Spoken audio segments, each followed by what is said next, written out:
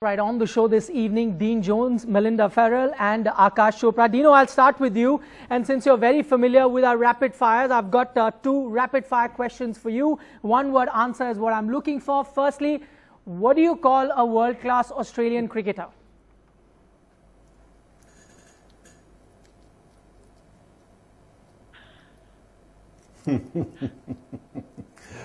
I have no clue. I don't really want to be sitting here, Nikhil. Hello, mate. It's just the worst day ever. I don't know. What's the answer? The answer is retired. Okay, I have another one for you. What is the difference between Cinderella and the Australian cricket team?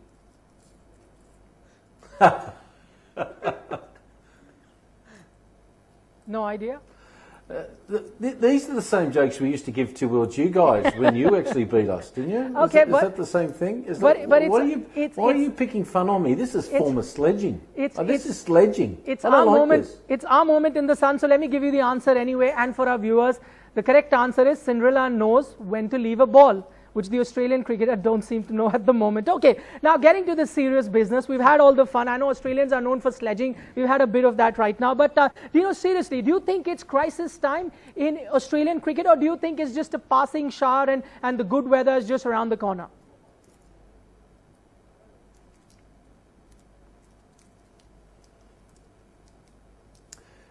It's crisis time. No, make no mistake about it. You had a captain that left halfway through Sri Lanka, was told to leave to rest. A captain, Davey Warner, who won, of course, the IPL. He came in and won from a magnificent, after being 0-2 and won 3-2. And then the captain took over again, went to South Africa, got beaten 0-5, and then come back to Australia. Now they've lost their series and about to lose, probably will be whitewashed. So we have a saying in Australia. There's a wolf in the woods, and that wolf is looking for the captain. So it starts from the top, and he's got a lead, just like Alan Border had to do in the 80s. He had to build his own culture, his own standards, behavioural standards, and currently what we've got is up there probably to the 1988 Test match, which I played in, against the West Indies, is probably the most insipid performance we've ever had since World War II. Okay, there is crisis there. Dino accepts that. Melinda, I'll come to you. Whenever there is a crisis situation, and this is not specific to Australia, be it in India, Sri Lanka, anywhere in the world, lots of stories from within the dressing room tend to come out. Now, the latest story to come out from the Australian camp is that all is not well within the team. Is that the stories that are doing the round? Because you're covering the series, the talks of Warner not getting along with Captain Smith. There has been an issue with Glenn Maxwell. Do you think there is really a story there, or these are just typical things that actually come out when a team is not performing well? Well, you talk about Glenn Maxwell there. Glenn Maxwell is a very talented player who can't even make the Victorian state side at the moment, let alone the Australian side. It can't be a happy dressing room when you're losing 5 tests in a row, and not just losing tests, you're collapsing faster than a souffle that's been taken out too soon of the oven. So there's all sorts of talk now about people at the top. All sorts of officials are under pressure right now that go to the very top of Cricket Australia. It's obviously being taken very seriously. Bearing in mind, when Dean talks about a whitewash, Australia have never suffered a whitewash at home in a 3-test series. You have to go back to, I think it's 1886-87 for the last time that they suffered a whitewash in a 2-test series. So this is pretty serious, and you've got a whole lot of players who are not knowing what they're doing out in the middle. They don't know whether to play or leave. They don't know whether to duck or defend. They don't know what plans they're bowling to. But I just would like to say Stephen Smith is a very young captain who's come in here, and he was the one player out there today when everything was falling around him. He's been the player in this test who stood up, and he's led from the front. And he obviously feels really embarrassed by what's happening. He wants players around him to support him. Okay, valid point there, Melinda, you make about how Stephen Smith is one of those batsmen, I think, along with Warner, who's really standing up for the Australian team. Aakash, I'll come to you, but before that, one more question, because we're talking about this infighting. Do you think this is the overflow of what was happening under Clark? Because that's where really the dressing room started to split. There were lots of fighting. We know what happened with Cattage, and then there was the Watson incident. So it was all beginning to, start like that in the dressing room. It's all now in a sense, overflown now to the Stephen Smith era? Do you think it started there, and now Stephen Smith has to pay the price?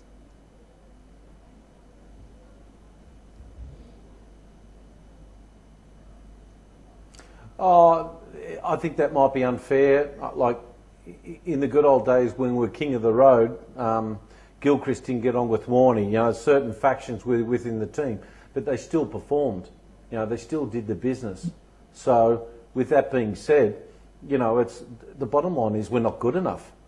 Our Sheffield Shield is rubbish now. How do you know any guys to make any runs if against a Mitchell Stark or a Hazel? There's no decent quicks running around. They're either all injured.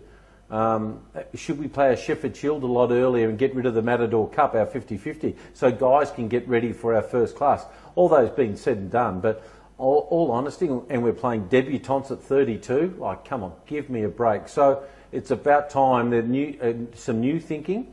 We're going to have a new chairman of selectors inside 6 months, and there'll be a change. So there'll be a change for next test, that's for sure. Okay, I read your column, Dino, and I'm going to ask you about, bringing in fresh blood, as you say, but the valid point that you make, nothing succeeds like success. If you're winning, doesn't matter what's happening inside the dressing room. It's only when you're losing that such stories are really reported in the media. Akash, I'll come to you, and, we've been a bit harsh to the Australian cricket team. Do you then feel that, we're measuring them because how they're performing against South Africa recently? We saw that one-day series, now the test series, and Ian Bishop and Ian Chappell both have come out and said that in the recent past they haven't seen a better bowling attack than the one that the South African team possess right now. So, to blame the Australians, instead we need to credit the South African team for what they have as far as their bowling strength is concerned. 100%, and South Africa is the only team in the recent past who have actually gone into Australia and have done well, not once, not twice, but thrice now.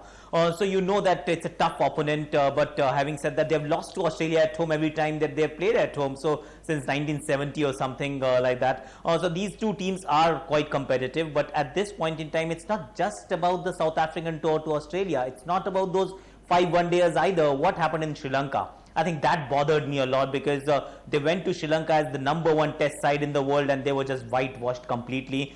So that told me a thing or two about the skill level. We all talk about, we tend to mask our failures at times by saying that we don't have the will to fight out the tough sessions.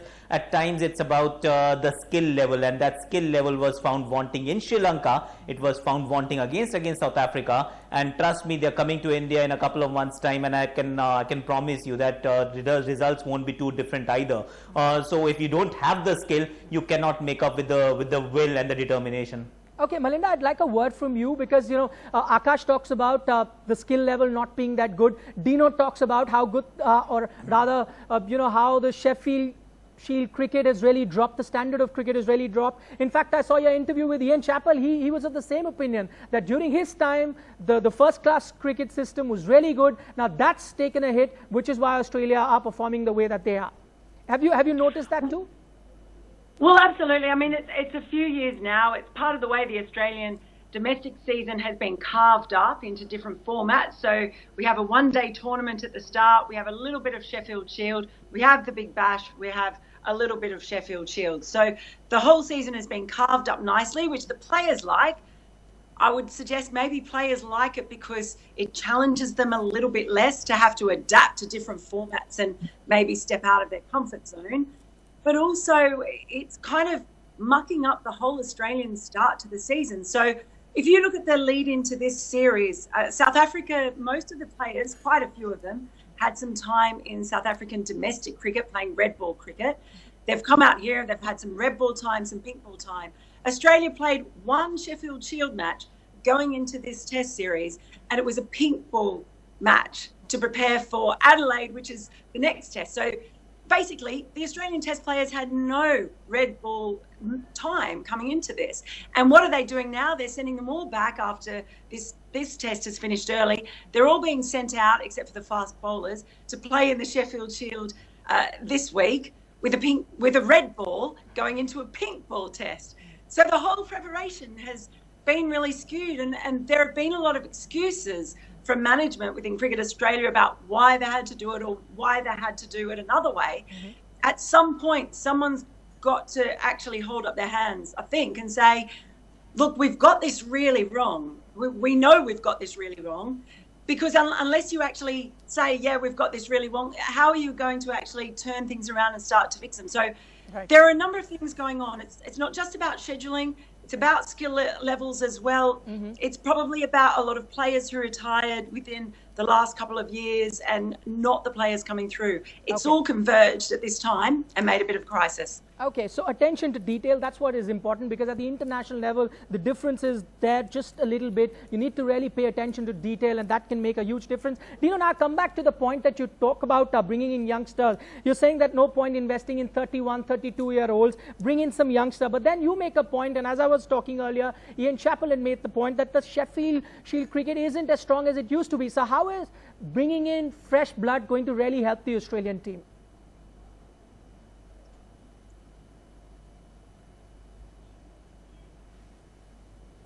Well, if you look at all the great eras that have been passed, you've got Stephen Waugh was picked after 4 tests. You got 4 games, 4 first-class games. Damien Martin's the same. Matty Hayden was the same. I was the same. David Boone was the same. And yeah, we didn't play well in those first few tests. Then we got dropped, and then we came back bigger and better and faster and better. But you got to give guys an opportunity at a young age. Particularly batsmen, their best time for batting in Test cricket, as far as I'm concerned, is probably from 25 to about 32, 33, and then your eyes start to go and your body starts to go a little bit. So we need to get some miles into these guys, you know. And the fact remains is, Nikhil, is we don't play many teenagers in first-class cricket. Now, I was lucky enough to captain Victoria for 7 years, and we picked Damien Fleming at 17, Brad Hodge at 18, Matthew Elliott at 18, Ian Harvey at 18, Brad Williams at 18. You tell me how many 18-year-olds are starting to play first-class cricket in Australia, and we don't have them. Right. And it's because our first-class cricketer, you ready for this? Gets paid on average $350,000 a year in front of no crowds. So you got these guys wanting to hang on, wanting to keep playing and earn these dollars, and many of them, to be honest, are not quite good enough to play for Australia. But you can't say no to a job that's paying you $350,000. Sure. Now, back in my time, when it was semi-professional, sure, a lot of the guys, if they didn't make playing for Australia by 28, 29, 30, they looked for a job. So this age of professionalism is keeping a lot of the young kids coming through, because the older guys want to keep playing. Okay, so that's a catch-22 situation. If you don't pay the cricketers, the young cricketers well, they will not, go towards cricket, play probably some other sport. But then if you pay them that well, as Dino says, there is a problem there too. Final word to Aakash on this. Aakash, would it be fair to compare what's happening with the Australian team right now with what happened with the West Indian team? They dominated for like long periods of time, and then we saw a dip, and then they failed to recover and ever come back to those lofty heights they had achieved? Or do you think we're writing the obituary of Australian cricket really fast and it's not fair? I think it will not go down the West Indian route, for a simple reason that modern day cricket is a lot about the infrastructure. It's a lot about the kind of money that a board has. Because if you don't have the money, then of course you're gone. There is no way that you can actually bounce back and compete with the best in the world. But Australia is not a poor board. They may need a few systemic changes. It will happen by and by. West Indian cricket was just purely driven on talent and no money, no infrastructure whatsoever. So once that talent pool dried up, there was nothing to fall back on. Australia, I'm pretty sure, will bounce back, but when and how, it's $1 million question. Okay, we'll wait and see. Of course, as we enjoy sledging the Australian team, but we also enjoy some good cricket. And India-Australia was beginning to be the #1 rivalry in international cricket. So we look forward to seeing that. Aakash Chopra, Melinda, Farrell, Dean Jones, thanks so much for joining us